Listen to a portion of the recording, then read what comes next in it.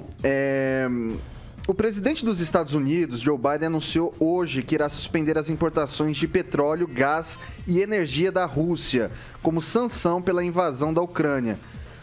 Abre aspas, os Estados Unidos vão mirar na principal artéria da economia da Rússia. Isso significa que o petróleo russo não será mais aceito nos portos norte-americanos, disse em pronunciamento o presidente Joe Biden.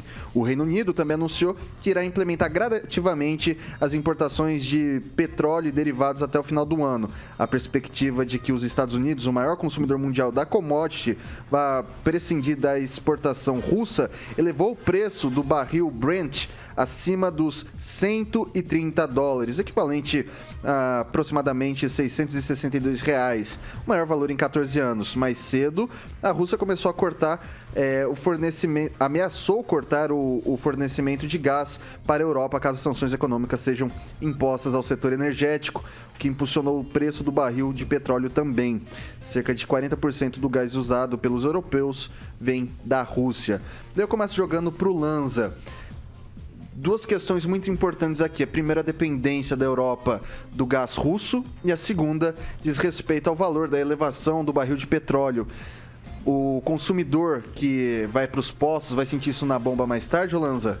Olha, já está sentindo, principalmente aqui no Brasil, porque eu estava vendo hoje cedo um post do economista João Adolfo Stedler, de uma agência de economia aqui da cidade. Ele já estava alertando da gasolina a R$8 já na Bahia. E isso vem atrelado não só à política internacional, ocasionada pela guerra entre Rússia e Ucrânia e pelas sanções, mas também pela política nacional no país. Principalmente quando nós já estávamos na crise da Covid, já estávamos na crise ocasionada pelo rombo na Petrobras, e agora por mais uma crise de um conflito internacional armado, e que é responsável pela maior distribuição e produção de petróleo no mundo, que é o petróleo russo, e, consequentemente, a supervalorização, porque aumentando a demanda, aumenta-se o preço, pois se diminui a oferta desse produto, já que a Rússia pode cortar o fornecimento de petróleo e gás nos próximos dias. Bom, é isso aí. A gente já está com a nossa enquete aberta, o pessoal da produção me alertou aqui. E é o seguinte, você acredita que a Rússia fechará o gás da Europa, sim ou não? E pode colocar ali nos comentários o porquê você acredita que sim ou não. Eu já passo para o professor Itamar justamente essa pergunta. Você acredita que a Rússia vai fechar o gás da Europa, professor, sim ou não? E como diria o bom professor, justifique. Não, eu acho que não. Porque quando se pensa em boicote ou vou deixar de vender, tem dois lados essa equação, né? Então dá a impressão assim, vamos parar de comprar de tal país, como muita gente está sugerindo, né, que o Brasil deveria romper as relações comerciais com a Rússia. E o lado de cá? Quando alguém compra de um país, é porque você está ganhando ao comprar. Quando alguém vende, é porque alguém também está ganhando ao vender. Então, assim, uma coisa básica do mercado que as pessoas, em geral, não entendem, né? Em especial os mais intelectualizados. Eles têm uma dificuldade para entender isso, né? Ora, o objetivo, se tem duas partes negociando, é porque ambas estão ganhando. Então, esta boicote aos produtos russos, vão prejudicar os russos, mas vão prejudicar também aqueles que consumiam esses produtos. Que, aliás, os analistas hoje já apontam que é um tiro no pé, né? Por exemplo, no fim ou seja, o corte com respeito ao sistema de pagamento, né? O sistema de pagamento que está sendo cortado para a Rússia, em especial em alguns segmentos, são todos também, né? Abre as portas para o sistema de pagamento chinês. Então, assim, as pessoas do Ocidente, inclusive dirigido pelo o senil Biden, está jogando a Rússia no colo da China. Olha que legal. Estavam fazendo uma, digamos assim, do ponto de vista internacional, uma burrada econômica. Vamos lá, Emerson Celestino. Então, os Estados Unidos é o maior produtor de petróleo do mundo, tem as maiores reservas de petróleo do mundo. A OPEP é a segunda maior produtora, né? Então, assim, essa briga, essa guerra entre Biden, né, e Putin e Levinsky, né, na segunda rodada já era para ter acabado, porque o Putin colocou as regras, né? E era fácil do Levinsky ter aceitado. Eu estou aqui com as regras, aqui não era tão difícil. O fim das ações militares da Ucrânia. Mudar a Constituição em prol da neutralidade, um senso comum, né, pelo povo. Reconhecer a Crimeia como território russo. Reconhecer Donetsk e Luhansk como países independentes.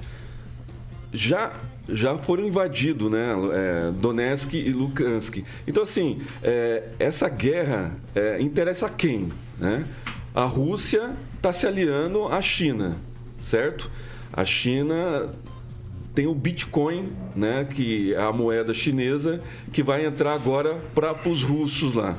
Então, só interessa a economia da Rússia e da China. Essas sanções, né, dos Estados Unidos vêm há 20 anos. Né? Então, conseguiram sobreviver até agora a Rússia. Eu acho que essas sanções aí é só para inglês ver. E essa guerra aí é de poder, né? De poder, não é só quem está sendo prejudicado nessa miscigenação toda, é o povo. Né? O povo sai prejudicado na economia e aí o reflexo é no mundo todo. Né? O Brasil, como não tem autossuficiência em combustível, é prejudicado por uma ação de 20 anos atrás, né, que vem dos Estados Unidos, do Reino Unido, né, que deram poder de barganha para a Rússia distribuir gás para a Europa toda. Tem países lá que dependem 100% do gás russo. E o combustível não depende só dos Estados Unidos, né? A Rússia tem outros parceiros também. Celestino. O Biden está chovendo molhado. O francês Celestino disse que estava fácil de resolver a guerra lá na segunda rodada. Por exemplo, se a gente fala assim, mudar a Constituição, acabar com o aparato militar e abrir mão de 2 regiões. Se fosse no Brasil, né? Chega, sei lá, Portugal. Fala assim, vocês vão ter que mudar a Constituição de vocês vão ter que abrir mão do alicerce bélico de vocês e abrir mão também de, sei lá, Rio Grande do Sul, Espírito Santo e algum estado ali do Centro-Oeste, sei lá, Mato Grosso do Sul. Fala assim, vocês não vão poder mais ser, vai ter que reconhecer a independência. Não fica ruim? Eu tenho uma explicação mais simples. Se fosse para fazer essas entregas que a Rússia está pedindo como condições de cessar fogo, a Ucrânia não teria entrado na guerra, não estaria resistindo, entendeu? Já estaria resolvido. Então, está se pedindo o que causou a bronca toda, né? Agora, com relação ao gás da Ucrânia, ela fornece 40% do gás da Europa. A Europa vai começar a sofrer. E a China entra como parceiro preferencial também, talvez, para gás, para combustível. Agora, para rir, no meio dessa guerra, uma coisa, a Rússia, quando ela deixou de ser União Soviética e se tornou Rússia, ela abandonou muitos parceiros, inclusive Cuba, a Venezuela, que dependiam dela, né? Então, sábado esteve na Venezuela uma comitiva dos Estados Unidos para ver as possibilidades de negociar petróleo venezuelano para os Estados Unidos e para a Europa. E o Maduro postou agora à tarde na internet, o Nicolás, o ditador da Venezuela, que estava linda a bandeira da Venezuela ao lado da bandeira norte-americana, como ele disse, como deveriam estar sempre juntas, lindas as bandeiras dos 2 países. Estamos negociando.